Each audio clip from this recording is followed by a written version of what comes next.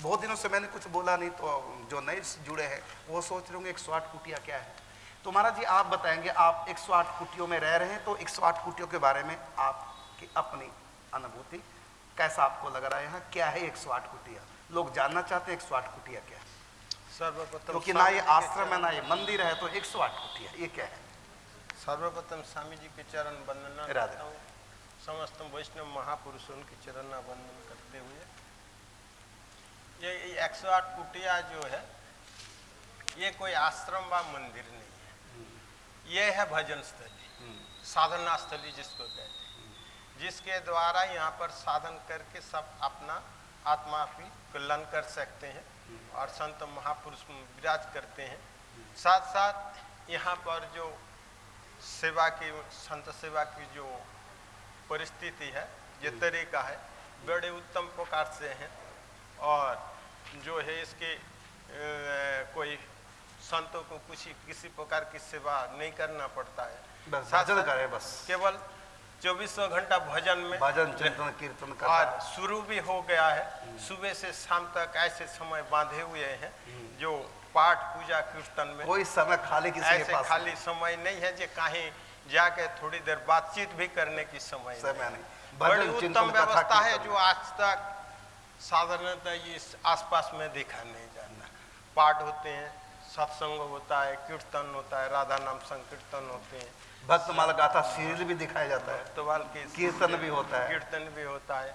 और साथ साथ यहाँ की जो सेवक है ये सब बड़े अनुगत सेवक है और आपने परिवार राधा कृष्ण परिवार के हर एक सदस्य के तरह वो आपने देखते हैं। साथ साथ ये जो है महाराज जी की तो कोरोना की कोई व्याख्यान नहीं किया जा सकता, क्योंकि वो आपने छत्र छाया में रख के सारे संतों को एक इष्टगोष्ठी भी करते हैं, समय समय उपदेश वाणी भी प्रदान करते हैं।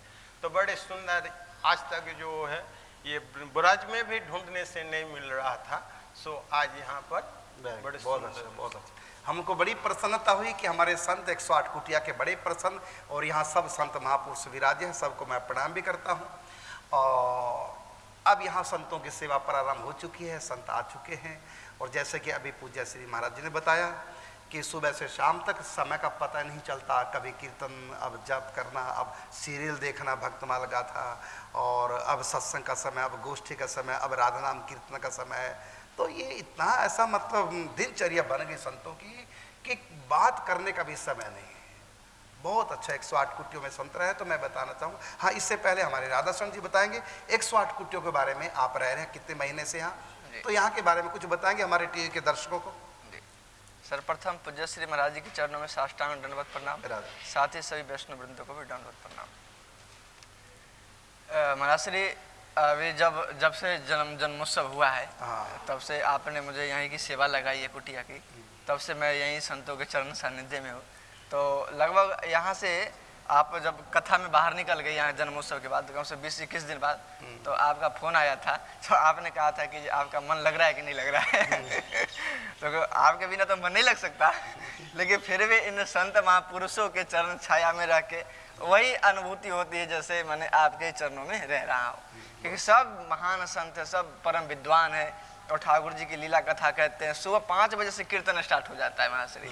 सुबह में संत अपने नियम करके और 5 बजे मंदिर में आके कीर्तन प्रारंभ कर देते हैं, और घंटा भर उसके बाद दूसरे महात्मा आते हैं, वो हारमोनियम पकड़ लेते हैं, उसके बाद तीसरे महात्मा।